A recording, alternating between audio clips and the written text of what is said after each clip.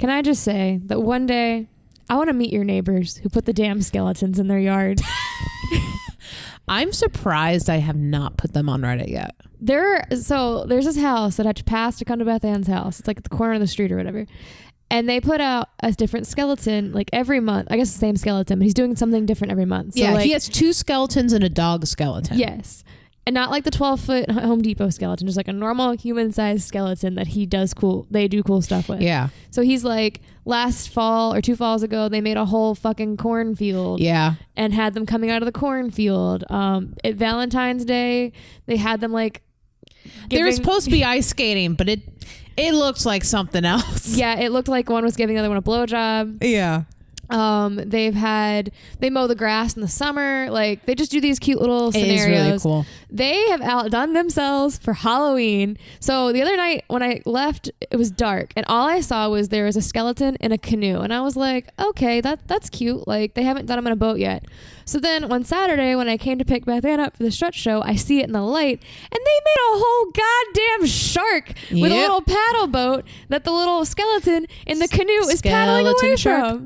No, the shark is not a skeleton though. Oh. He's a live shark. Yeah.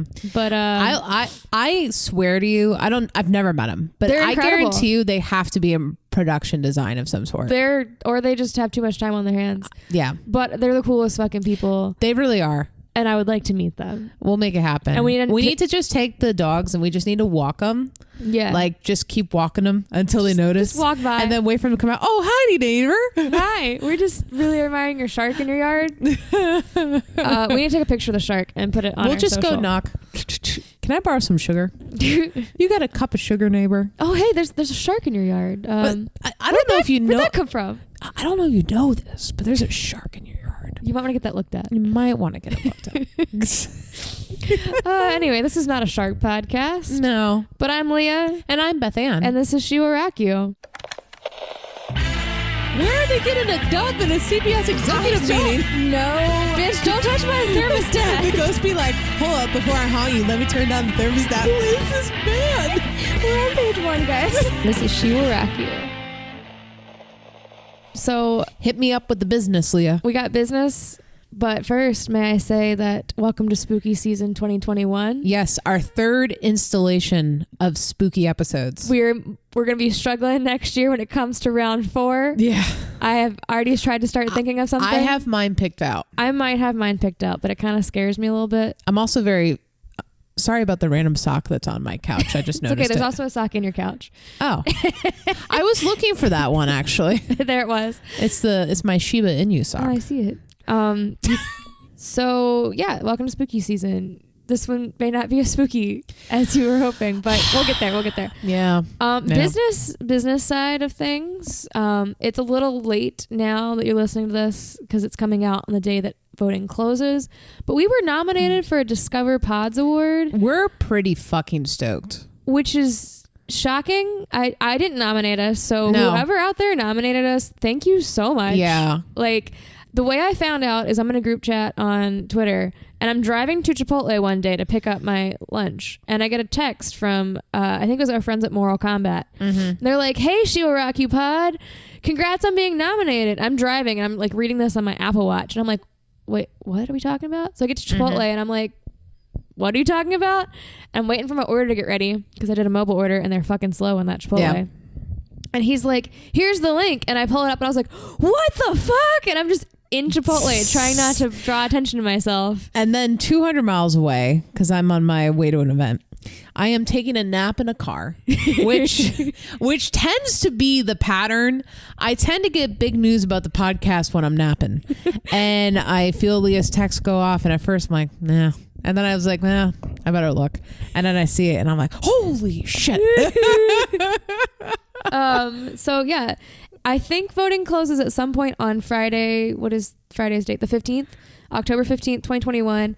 If you're listening to this at some point on Friday, go check out our socials and click the link and see if you can still vote. If you missed the voting window, follow us on social for next time we're nominated for something. I don't know. Hopefully, fingers crossed. But we're just really excited about it to even be nominated. So thank you, people who did that.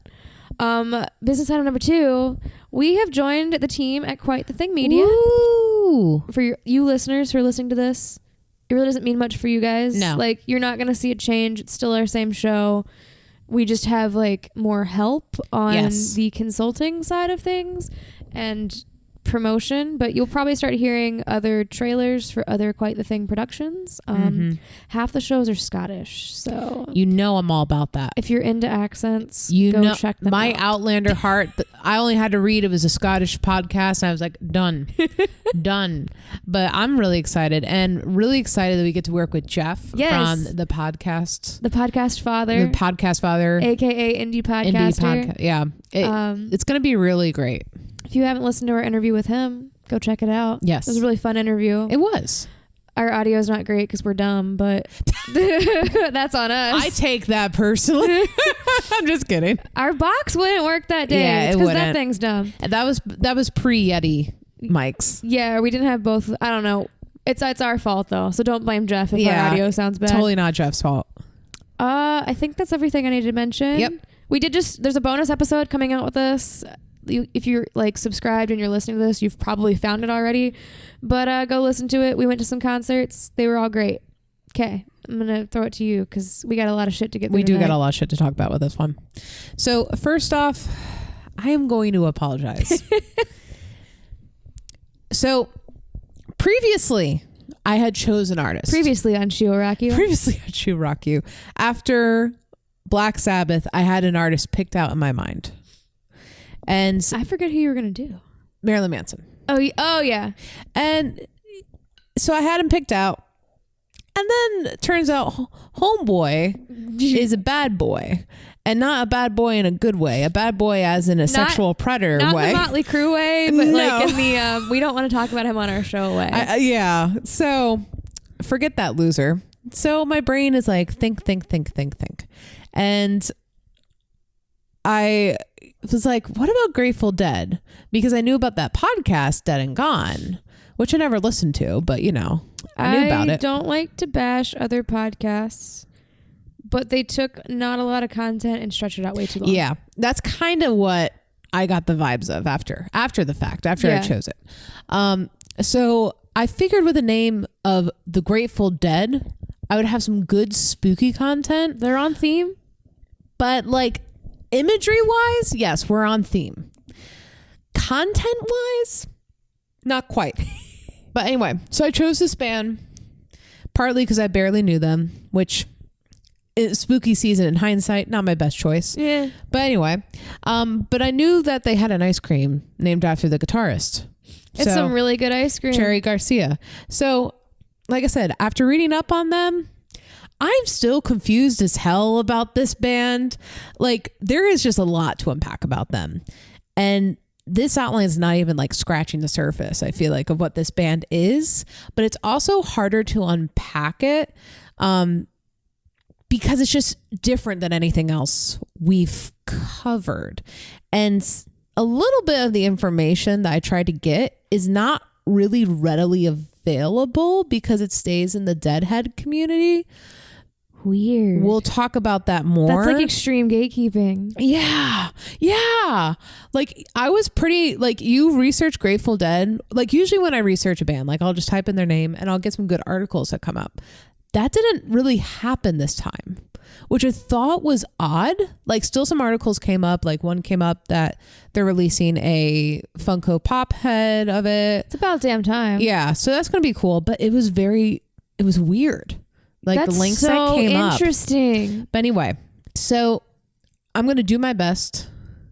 But if I miss anything, always feel free to @ me on Twitter. Just don't come at me.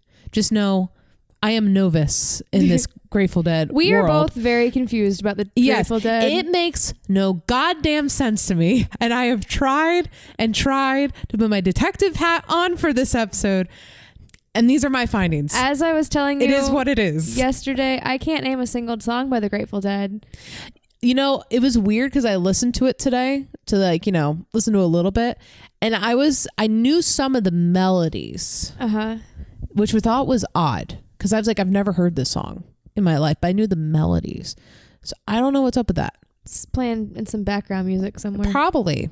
It's probably been in like every elevator you've ever stepped into. Some Grateful Dead fan out Yeah, there. and you just don't choosing realize it. elevator music. So anyway, like I mentioned, this is a completely different artist than anything we've covered, and it requires a completely different outline, which really stressed me out when I was trying to write this 3 days prior. So not a normal structure, but we're going to start with the history, and then we're getting a little experimental. Ooh. No LSD required. Damn. Anyway, let's get started to know the original members. We're basically just going to cover the original members. We'll give some others honorable mentions, but we'll start with Mr. Ice Cream himself, Cherry Garcia. I gotta admit, up until like the age of 18, 19, that's literally all I knew about the Grateful Dead was that the ice cream. Well, I remember Cherry Garcia as being the best-selling ice cream at Ben & Jerry's for a while. It's also just really fucking good ice cream. It's delicious. I haven't eaten it in forever because I always go for the Tonight Dough now. We should have gotten some for tonight. Damn it. Damn it. Well. Next time. Anyway, so Cherry Garcia was born on August 1st, 1942 in San Francisco, California. Some big life events happened early on. So when he was 4, his brother accidentally cut off 2/3 of his right middle finger. The fuck? Yeah. They were splitting wood. Oh, okay, that makes sense. But also, why are they splitting wood at that age? What year is this? 1942. That's why. Okay, fair enough. But anyway, he said it helped him play better. It's like a Tony Iommi situation. Okay. You know, Tony lost the tip of his finger. Yeah. That's the way I kind of see it. Like, you kind of relearn how to play it and you get to learn different chord structures is my interpretation of that. Anyway, and then shortly after that, his dad did pass away in an accidental drowning, which is pretty sad, during a fishing trip.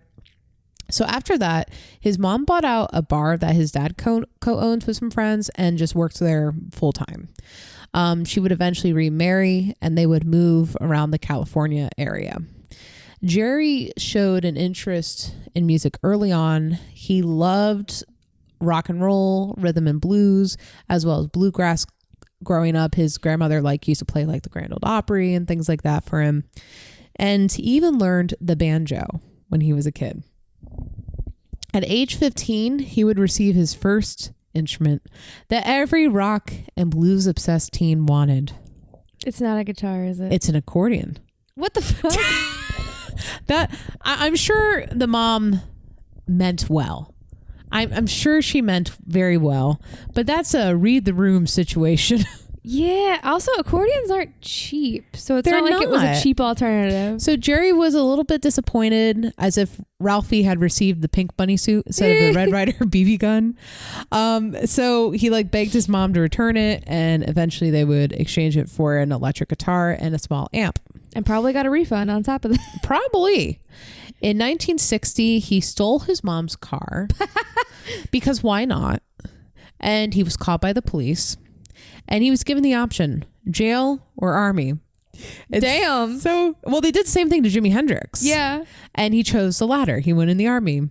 However, he was not good for military service. The same thing with Jimi Hendrix. Shocking. But in his situation, during basic training, he would basically just chill and miss roll call instead of and doing, a different kind of roll. I don't know if that's true, but that probably happened. And then safe to assume after a few months of just loafing, I imagine the cat version of Cherry Garcia when I say that too, that looks like a loaf just sitting there in his little army hat. Yeah. They said basically, you're out of here, and they just discharged him. So basically the dude got caught, went to the army, and did nothing. He loafed his way out of the army. But he didn't have to go to jail. He didn't have to go to jail, so he just sat there. He just sat there. I see nothing wrong with this scenario. He got out of it. So anyway, after that, he goes to San Francisco and once again just starts loafing. He's a loafer. And shortly around that time, he and a few friends, they went driving around, and the driver took a really fast turn, and the car just started tumbling, and Jerry was actually ejected through the window, through the front window shield, and it was so powerful it took his shoes off. Damn. Yeah. He survived. He only had a broken collarbone. Others were not so lucky in that car crash. And that's like when he says his life began. And he just started taking it seriously. And he just started focusing on guitar. You know, where most get a job. But, you know, if that's what makes you aware, dude, that's his calling. That's the calling. So let's move over to Phil Lesch. Phil was born on March 15th, 1940 in Berkeley, California.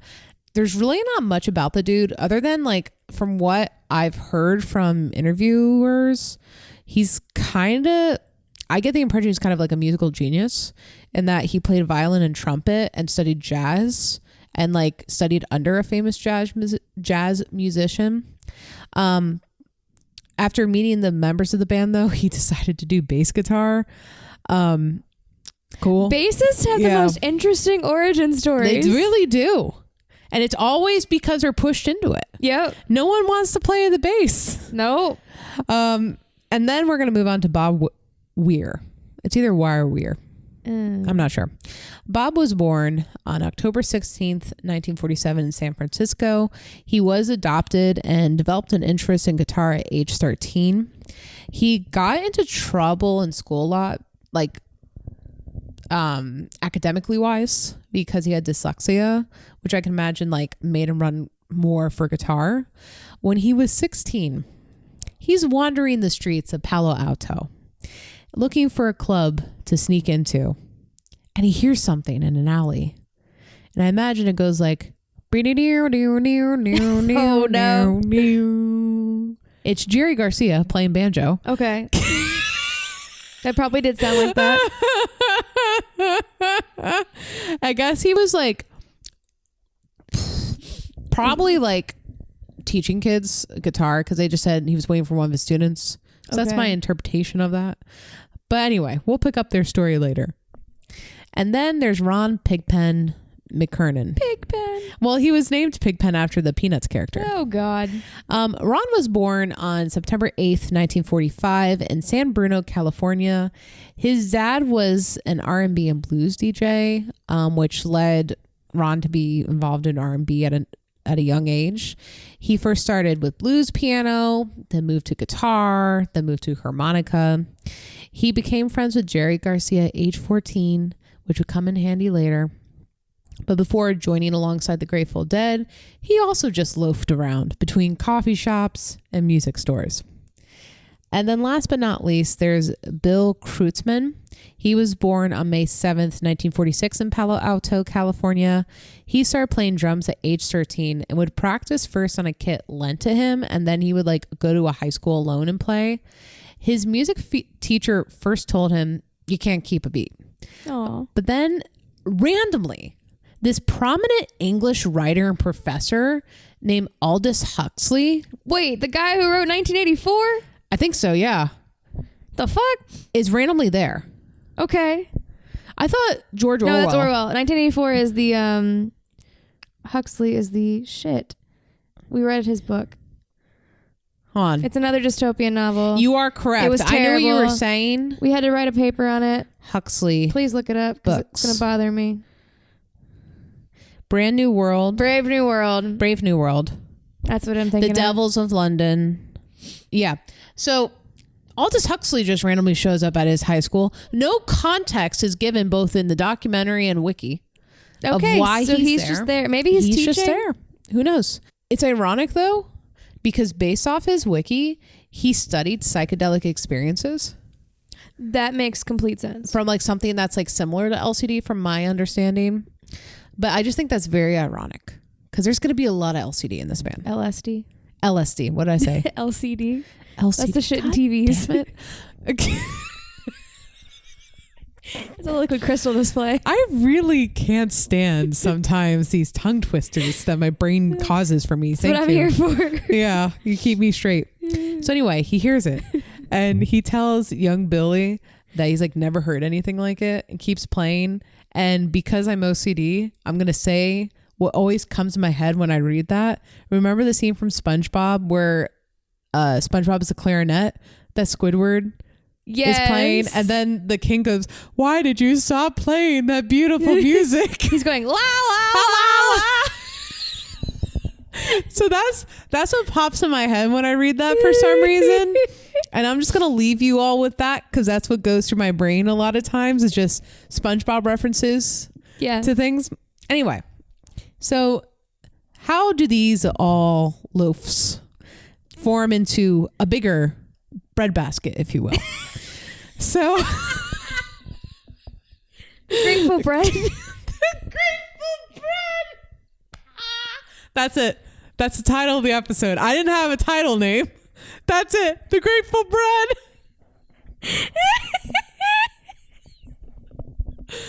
Oh, graphics are gonna be lit. Oh, anyway, that's my crowning achievement on this show. Dude, someone out there on TikTok, please make me a bread scored with the lightning skull. I bet it exists. Please do it. I need it now. We're Googling that later. Anyway, so we first meet 3 future members of Grateful Dead, or GD for short. Garcia, Bob Weir, and Pigpen. They first meet and they join a band together. So remember when Bob heard that sweet sound of Jerry's banjo? Yes. Well, guess what? They're starting something called a jug band. Like Emmett Otter's jug band? It's very simple. Yes. Yes. You're on the right track. So a jug band, for those who don't know, and I kind of want to be respectful because it does have a lot of roots in African Americans. I just think of Emmett Otter every time I hear the word jug band. It's fair. It is a lot. It has transcended into pop culture for sure. But I do know it has a lot of roots in African American culture, especially for vaudeville. Mm-hmm. So I want to be a little bit respectful. But basically what it is, it's basically making music with any household item. So jugs, spoons, washing boards. Well, yeah, you got it. And so, they think we're on a resurgence because it's from the 1920s vaudeville and they're like, the resurgence is coming. And they named their band Mother McCree's Uptown Jug Champions. And they only had one album, which, side note, the artwork was an animated woodchuck or groundhog, depending on what type of the world you're in, a frog, a rabbit, and a pig playing instruments. So it really was Emmett Otter's jug band. It was very, very similar. I'm sure Jim Henson, because I imagine he's a Deadhead. There's no way you can tell me he's not. My headcanon is that Jim Henson was a Deadhead. Yes. He probably got inspiration from it. We're cracking the Muppets here, guys. Yeah, correct. So after that album didn't do that great, they decided jug music is not the resurgence, and they instead went psychedelic and changed their name to the Warlocks. They also added Phil and Bill. However, the Warlocks name was taken, so they had to come up with a new name. So what do you do when you have to come up with a new band name? Well, you stare at random shit in your room until it appears to you. You are correct. But this time you do DMT. Okay. So they did some DMT. They open a Britannica, and Jerry just stumbles upon Grateful Dead. This is just chaotic good how they chose this name. And the name means someone who is dead but are grateful for a good burial. So imagine someone's just dead on the side of the road and you're like, that shouldn't be. So you bury them. That's a Grateful Dead. Okay. The lineup is as follows. Jerry is on vocals and guitar. Bob is on guitar and does some vocals as well. Bill is on drums. Phil is on bass. And Pigpen does some vocals, organ, and harmonica. Now I want to take a moment and introduce to you some people to the story, as if you didn't have enough people to keep tabs on, but they are important to their story. We're not going to talk about them too much, but you should know about them. So the first person we're going to talk about is Kezzie. This bro is an author, yes, but basically he's a hippie. That's it. Okay. He's a hippie. He's a countercultural activist. Okay. Is his official title. Countercultural is very big in describing the Grateful Dead. But when you think of that like hippie leader who got the people on the bus, right? Like the scene from Umbrella Academy. Yes. That's what this dude is. Okay. Basically. He has a group of followers named the Merry Pranksters. Their goal, which a little bit of a strong word, their journey is to live communally at Ken Kezzie's house and take LSD. In 1964, they would all load up in a psychedelic painted bus called Further and travel around and hand out LSD. There also was a book. I thought about putting this in, but no, I wish I did. It was called Kool-Aid. I'm going to have to look it up. It's like Kool-Aid Journey or something like that. But it was about a reporter who followed them. Okay. And this information is important because their first show was in San Jose at one of Ken Kezzie's acid tests, which we'll talk about more in a little bit. But basically, to give you a little summary, it's a party where you took LSD in a room with black lights, strobe lights, and fluorescent paints. It was advertised on posters around the city, around San Francisco, that said, "Can you pass the acid test?" I don't like that. No. I don't think I would pass the acid test. Leah, you know I would not pass the acid test. No, neither of us should be taking the acid test. I have emergency. I'm not calling you an ambulance. Someday you all will hear that story. Today is not that day. Today is not that day. The Grateful Dead was also considered members of the Merry Pranksters. I think Cherry Garcia married someone from Merry Pranksters. Anyway. And then lastly, I would like to introduce Owlsley Bear Stanley. He would have two important roles in the Grateful Dead's career. Sound engineer for the band. Main chemist and LSD supplier to Kezzie and the band. The fact that there is a chemist on staff. A sound engineer chemist. Hey, a man has many talents. A man... A man of many talents. Maybe he bakes bread too. Probably. He gives them their LSD. He makes weed brownies, I'm sure. I'm sure there are some fucking slapping weed brownies.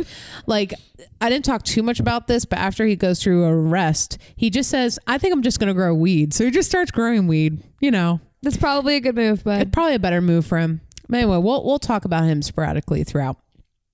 So anyway, the band started their career by performing a lot of these acid tests, which is what very... are you testing for? testing. They just go up there and they say, test. One, test two.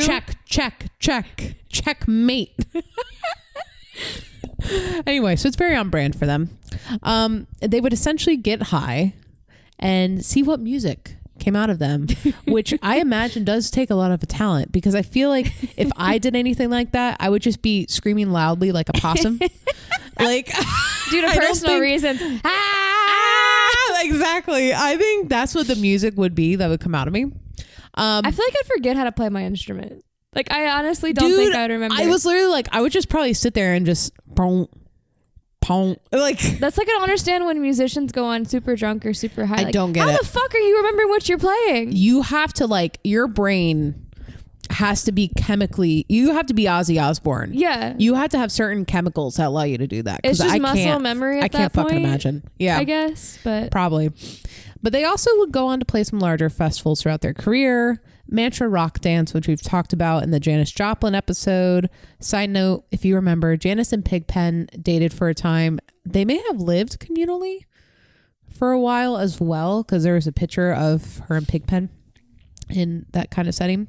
Monterey Pop Festival, which we also talked about in the Janis episode. And then Festival Express, which was a train that went across Canada with artists like Janis Joplin, the band, the Flying Burrito Brothers. That sounds cool as hell. I love that name. And then they would just play shows along the route. Then they would party like crazy and collab on music like crazy while they were on the train. And of course, Woodstock, which, fun fact, they played a 50-minute version of a song. The song was Turn On Your Love Light. Of one song? Of one song. They really forgot how to play. What? They were too high. They just kept going. Well, it's actually funny you say that, because like I listened to their music for the first time today, and this is not me hating on them, but just simply describing them. They just play the same, like they'll play one section of a song and then they'll play another section of a song, then they'll go back in. So I can easily see that being stretched to 50 minutes if you do it right.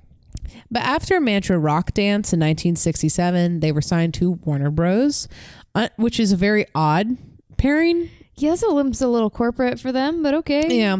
And then under Warner Bros., they released their first album, which was self-titled, which, may I say, the album cover, once again, makes no goddamn sense. It is like, I can't even describe it to you. You just got to go look it up. I'm not even going to attempt it. And I want to throw in a real quick disclosure. We're not going to be talking a lot about the music and albums at length. We're just more noting like the sound changes that they go through. There's a reason behind my madness. You're going to just have to wait and see. So the first flourish of albums at the beginning of their career were very experimental, to say the least. One scholar said regarding their album Anthem of the Sun, they were like mad scientists slicing pieces of home recordings and some pieces of studio recordings. And upon listening to their song Alligator, it definitely feels that way. Like it just like does something and then does something else. And it does this and then it goes and does that. But then their albums Working Man's Dead and American Beauty, they went more folk bluegrass, which is what I feel like they kept for a long time after that. And you know, that has a larger appeal. One song I did want to point out is Truckin' from their American Beauty album. That song is based on a true story where the band was in New Orleans and had their hotel raided for LSD. Also, fun fact, LSD, when the band started, was legal. And then it became illegal. It was legal? It was legal. It was legal for a while. Wow. Well, not a while. I think it was created, I want to say in the 50s, as, you know, it's basically lab made. And then people were just... It's meth 1.0. Yeah. And then they just were making it, you know, and then it became illegal. And then that, you know, you can't tell hippies once you give them something for free. You know, they want their shit. You're not going to take it away. But so their hotel was raided and they were arrested for the drugs, but then they posted bail and just went and played the next night. Like it was like nothing. The bros don't skip shows. And then the charges were dismissed, but their friend Owlsley Stanley was in some deep trouble. They did not drop his charges as he already had pending charges in California. And I'm just going to quote this straight from Wiki. Stanley was the first known private individual to manufacture mass quantities of LSD. By his own account, between 1965 and 1967, Stanley produced at least 500 grams of LSD, amounting to a little more than 5 million doses. He's Breaking Bad up in there. Dude, he is Walter White. Damn. I am the one who loafs. Anyway, he also supplied LSD to the Beatles. That sounds exactly right. So anyway, so it is in that song that they have the lyric, "What a long, strange trip it's been."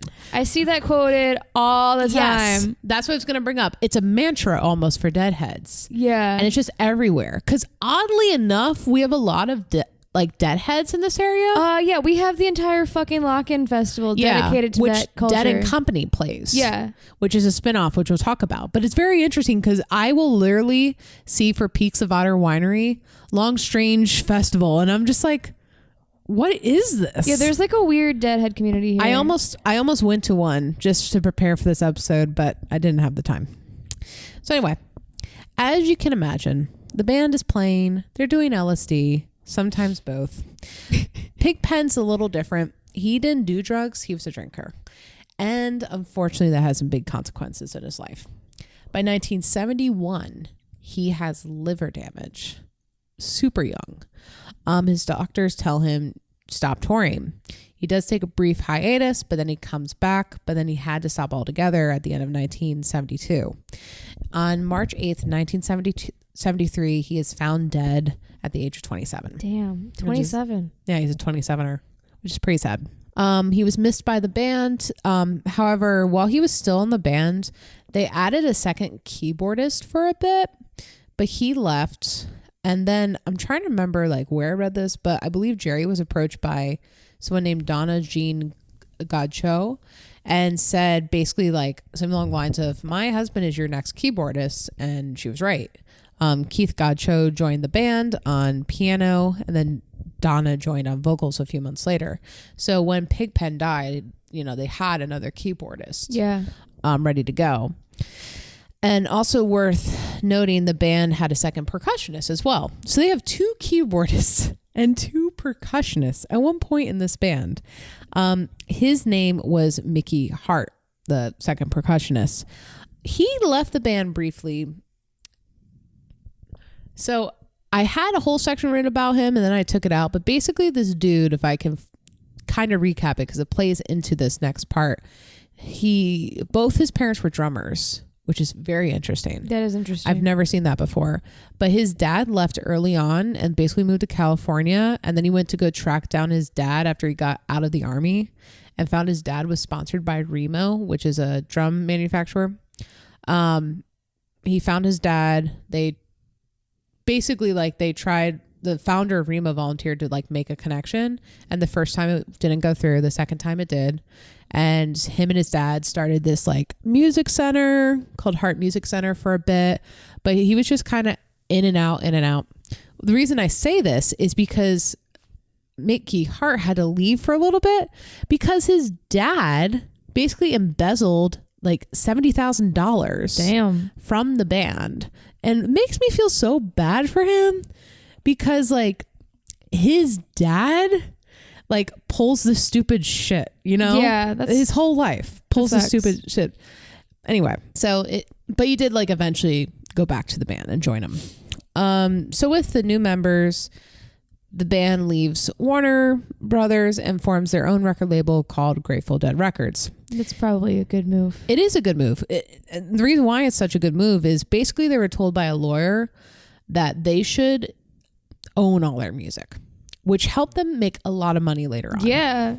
Yeah, a lot of money. Anyway, more on that later. So their next few albums take a little bit of a different turn. They put out a jazz-inspired album called Wake of the Flood. Then another album called Wake of the Flood. That is not correct. They did not put out 2 albums called Wake of the Flood. But after that, the band goes on a touring hiatus a little bit. But before that hiatus, Cherry Garcia filmed some concerts with the intent of making a film. And he did just that. And he released a movie called The Grateful Dead Movie in 1977, which was part animated, part concert, and part skit. Okay. Anyway, but if you ever want to experience what it's like to do LSD without the substance, go watch the first 5 minutes of that movie. And I'm going to attempt to summarize this for you. But basically, it starts off, you're in space. And then an alien looking thing is playing an Uncle Sam themed pinball machine. Because it always goes back to pinball machines in the 60s. Pinball wizard. Yeah, exactly. And Uncle Sam turns into a skeleton, which is one of their like... It's a skeleton. It's skeleton. It's like one of their like designs. And he dances around for a little bit, you know, skeleton dance. And then he gets on a motorcycle, and I'm assuming motorcycles through space. And then he ends up in a town which shows imagery from what is like a made up parody religion called Church of the Subgenus. Of course, Ken Kezzie is a subscriber to it. I don't have time for that. Okay. That's a whole other rabbit hole. Read it about yourself. Then he's in a desert made of mushrooms / feet. What? Yeah. They look like mushrooms, but they're really feet. Mushroom feet. I was following up until this point. Yeah. And you know what? Yeah, I mean, it's an acid trip. There's going to be mushrooms in it. And then colored dots start flying around as if like Polka Dot Man just visited. And then he's in jail where the Statue of Liberty breaks the skeleton out. Okay. That's the first 5 minutes. Okay. I'm good. I don't need to see this. I can picture it. Okay. You're good then. I watched it for you. Thank you.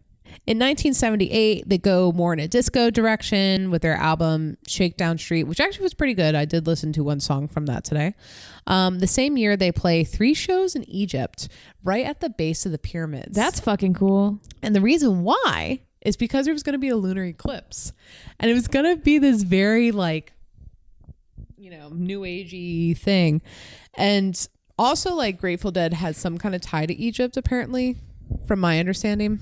But the recordings from that were not the best. So no one really has those. I know. But we do have a picture of Cherry Garcia riding a camel. That's all we need. So we have that. In 1979, Keith and Donna leave the band, which brings us to the 80s, which is a very strange time for the band. They're continually releasing music and touring, so that's not changing. But in the mid-80s, Garcia developed some serious health issues from drugs, alcohol, and he has a diabetes diagnosis. And he falls into a diabetic coma for 5 days. Damn. Yeah, it's wild. And as a result, he has to relearn everything, including guitar.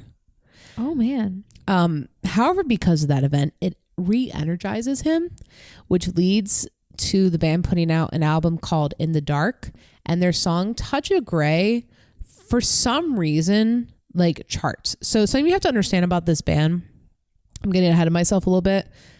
The band has like a little bit of charting, but they don't really chart at all, which we'll talk about why in a second.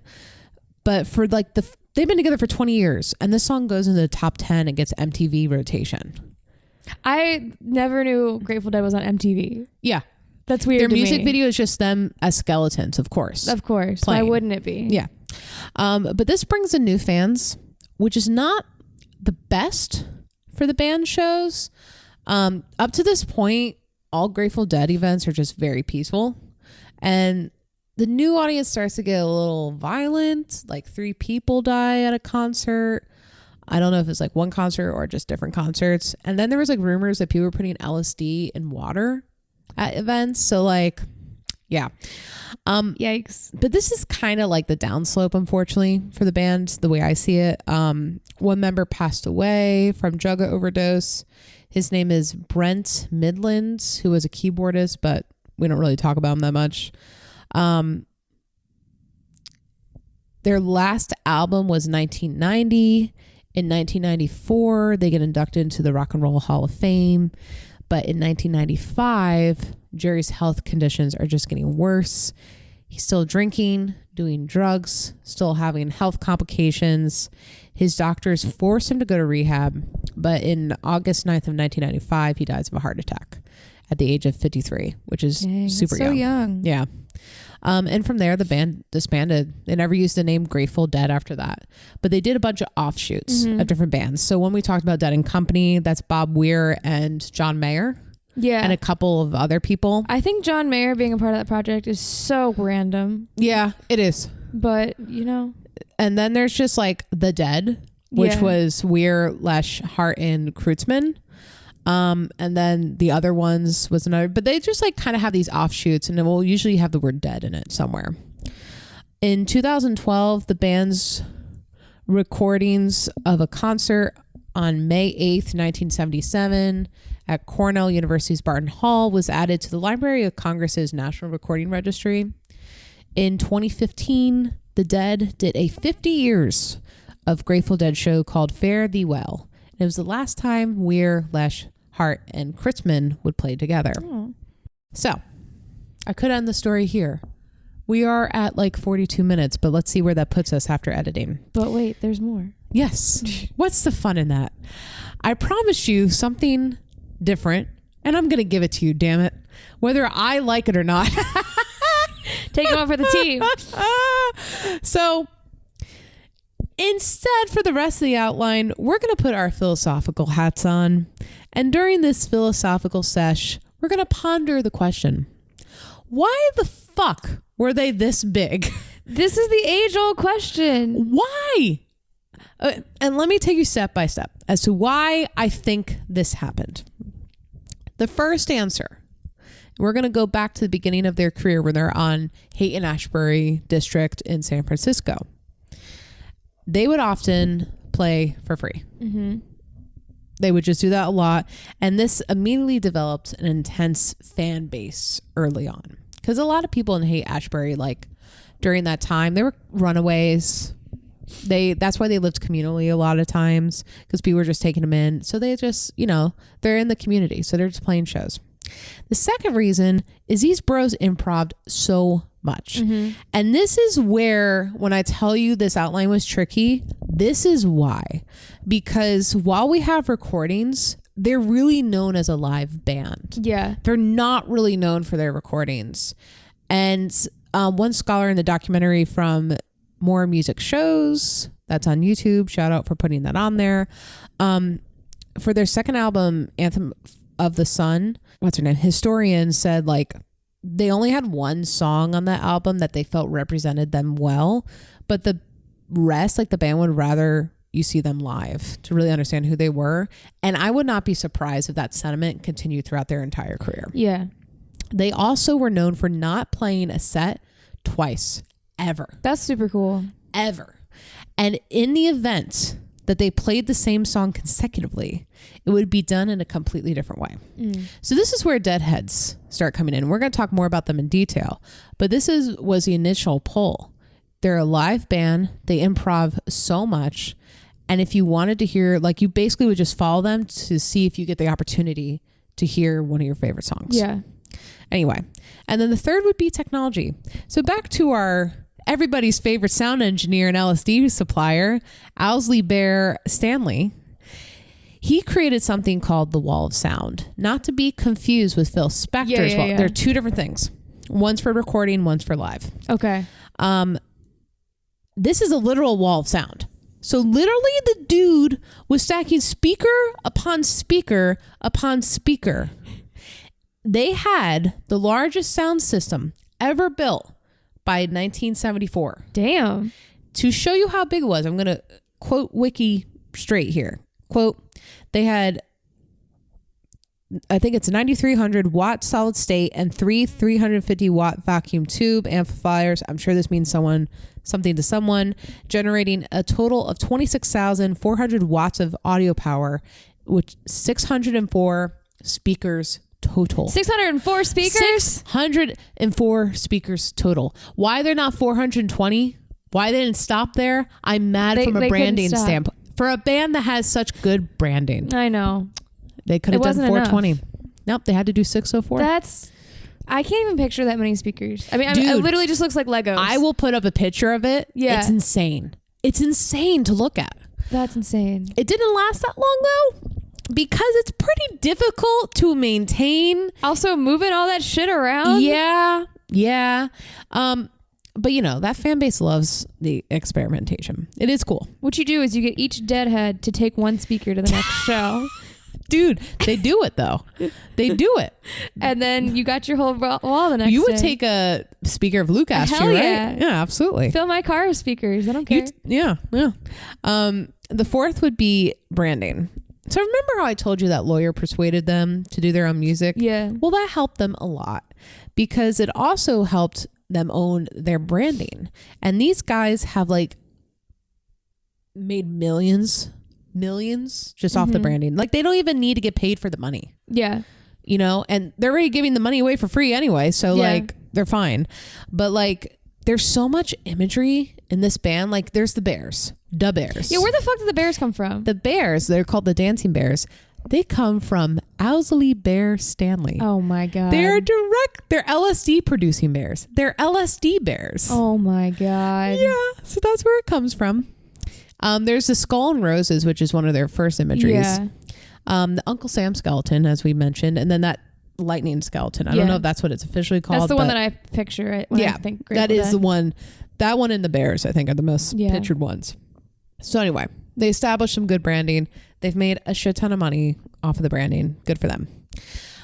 These four reasons, in my view, led to what we know as one of the biggest, strangest fan bases ever, Deadheads.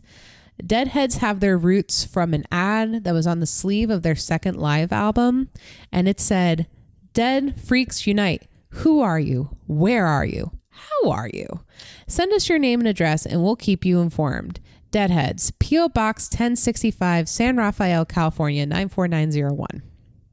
So that's where it comes from. Regarding the concert experience, and keep in mind, for these fans and the band itself, it is really just about the live music. It is not really about the albums at all. And Mickey Hart once said, quote, "The Grateful Dead weren't in the music business. They were in the transportation business." To take it further, I came across this article from Grinnell College. I think a college student wrote it. Thank you for writing this because you helped me actually understand it. So I'm going to quote him directly in here. Quote, "Many scholars have studied deadheads and have tried to explain why deadheads go so far beyond the ordinary music fan to form such an intense connection with the band. I believe some of the best answers revolve around scholars who have seen religious aspects of the Deadhead concert experience. In other words, a Grateful Dead concert is not just about music, but features elements similar to religious groups." I get that though. Yeah, I get it. But then it gets weirder. This is still the same article. The fans believed. Oh no, this is something I wrote. Never mind. But pretend it's like the article because I think this is pretty well written. The fans believed that they could make psychic connections with the band to get them to somehow play their favorite song. I've traveled all this way, Jerry. Damn it. Play the song. I've gone to 64 shows already. Play the song. That's hilarious. And they believe like they wanted to make these psychic connections with the band to also like do improvs that match their mood. I just think it's hilarious. So anyway, another aspect of Deadhead culture, one article cited that like people would start to get attracted by the community, kind of like what we were talking about in that bonus episode. Yeah. And people wanted to get away from the top 10 formulas and the profits in music. But in the Deadhead community, like in the 60s and 70s, people would like record bands playing live. And usually bands would be pissed because like, buy my music. But the band actually welcomed these recordings. But with one stipulation, you could never sell the tapes. You could only exchange and trade them. That is cool. Isn't that cool? I actually love this part. So basically, there's this whole like tape trading that still goes on today. From my understanding of like trading tapes. And could you imagine as a collector? That is so fucking cool because you don't have YouTube or anywhere to like post your clips from this night's set. So you're just like hand making tapes. Yeah. Hand making them and trading them. I wish we had a way of like preserving that because I think I do like that aspect. I like that a lot. And then another aspect of it is like when they're traveling, like they would like sell handmade goods like homemade bracelets and things like that for cheap so they can have food and just travel to make it to the next show. Like some of these people are just doing this full time. That's my dream. Yeah. So anyway, they also have an interesting hierarchy, if you will. So basically, and I'm sure every fandom does this to an extent, it's just kind of like the first time I've seen it spelled out, but there seems to be a structure or a psychedelic pecking order, if you will, of like the individuals will follow. And I'm once again going to directly quote this college student's article because it's really well written and he explains it well. There's the Hardcore Deadhead. This is a type of deadhead characterized as the ideal deadhead and is the type most caricatured by the media. Their level of personal internalization of the deadhead identity is the highest. They often have a functional role in the deadhead subculture, such as a taper, vendor, or part of the tour group, such as the Rainbow Family. Then there's the new deadhead. New deadheads are characterized by their youthfulness and are generally in college and high school. They were likely part of the crowd attracted to the culture from the success of the album In the Dark. This group of deadhead is blamed for the overpopulation of the subculture and looked down on their lack of experience or knowledge. Due to these negative perceptions, most deadheads do not personally identify with this group, yet many deadheads say it exists. Thus, a deadhead in this category has a strongly defined social identity, but a low level of personal internalization in the damn, it's like a psychoanalysis. And then there's the stable deadhead. Stable deadheads are characterized by an occasional yet consistent participation in a subculture.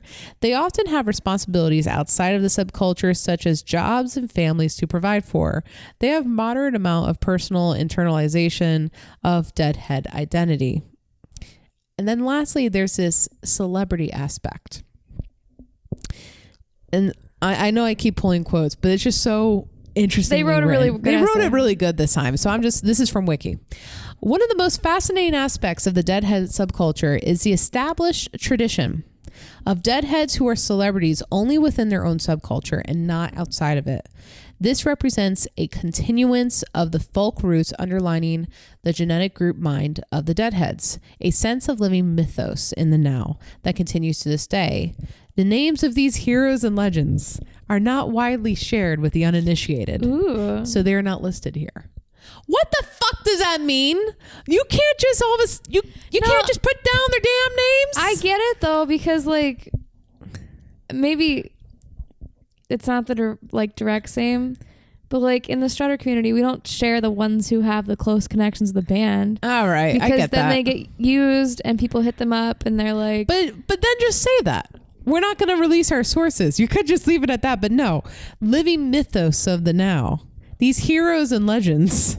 I get it. Okay. I get it. I don't personally get it, but I can respect that. But they do instead list some celebrities who are Deadheads, which I would have never predicted. To ramble them off real quick: Will Arnett, Tony Blair, Bill Clinton, George R. Martin, Nancy Pelosi.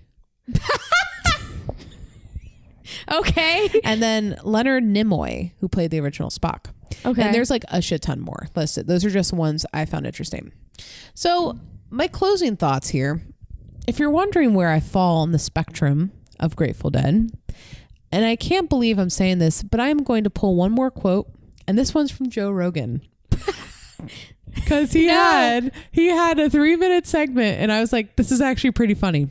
And he said, people have different genes. Like, I don't have the Grateful Dead gene. Some people love it. And I listened to it and I'm like, okay. I feel that. I feel that too. But if you're a Deadhead, just know I do appreciate your fandom. If you're a Deadhead, send us an email. Can we talk to you? Yeah. I really have a lot of questions. And I don't know what I have to do to get initiated. But I will be honest, it is not initiated because I like Grateful Dead. I just truly want to understand who you guys are more. We want to interview you. And I want the deets. I want the tea. I want the tea of what this is. This is a standing invitation. If you're listening to this episode 2 years from now, yes, and you're a Deadhead, we will interview you. Yes. Please come on and the show. And don't let my sarcasm on this episode deter you. No, we genuinely want to know. I generally want to know, because this has been, like I said, a very different outline I have done. And I may not truly understand this band, but you clearly do. And I give you all the props. Yes. I appreciate that. So overall, that is a small glimpse into the Grateful Dead. And I hope someone can interpret this mishmash of an outline I have created. Let's talk about our drinks. I have taken 2 sips of my beer, and I've only taken 2 because I'm scared of it. Why is it spicy? Appropriately, the Atomic Pumpkin, and it's appropriate because 1, it's fall, and then 2, their main person is a skeleton wearing a biker's jacket, and he has a little shroom on his hat. I really chose this well. But anyways, from Voodoo Ranger, it's a Belgium. The reason why I'm scared, it's an ale brewed with pumpkin cinnamon. That's not why I'm scared. That part's delicious. And chilies. It's weird. So when you drink it, you get hit with the cinnamon and then the pumpkin. And that's nice. And then if it would just ended like a beer, I would have been satisfied. But then it goes into a spicy taste, and you lost me. Yeah. You lost me after that. But I'm going to take one more sip and see if I still like it. It's very weird. I tasted it. Not a fan. Nope. Still don't like it. Anyway, so that's probably the first one we've never actually recommended. Usually we're like, that's good. Yeah. Don't get this one. Personally, it's not my... Beer should not be spicy. I like when beer gets experimental, but I don't like the spicy version, but I appreciate you thinking of it. I appreciate the creativity that went into it. Yeah. This beer is like the Grateful Dead. And it has hops in it, so it's also like the Grateful Bread. But I appreciate the thoughts that went into this beer, the improvisation that went into this beer. But do I understand it? No. But I understand you have created something here. So there you go. I realized what happened to our notes last time. What? 2 bullet points got deleted. That's why Good Pods was just in the middle of it.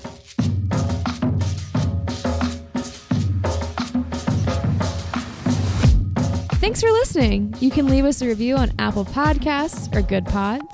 Special thanks to Death of Fawn for our intro riff. Be sure to visit our website, shewillrockyou.com. There you'll find links to our socials, our show notes, ways to contact us, and you can buy some merch. Merch. And remember, don't do drugs, especially acid tests. Yeah, and like if you know a sound engineer that sells you LSD, may I suggest not being friends with them? Yeah. Don't do it. Just don't. Yeah, just don't.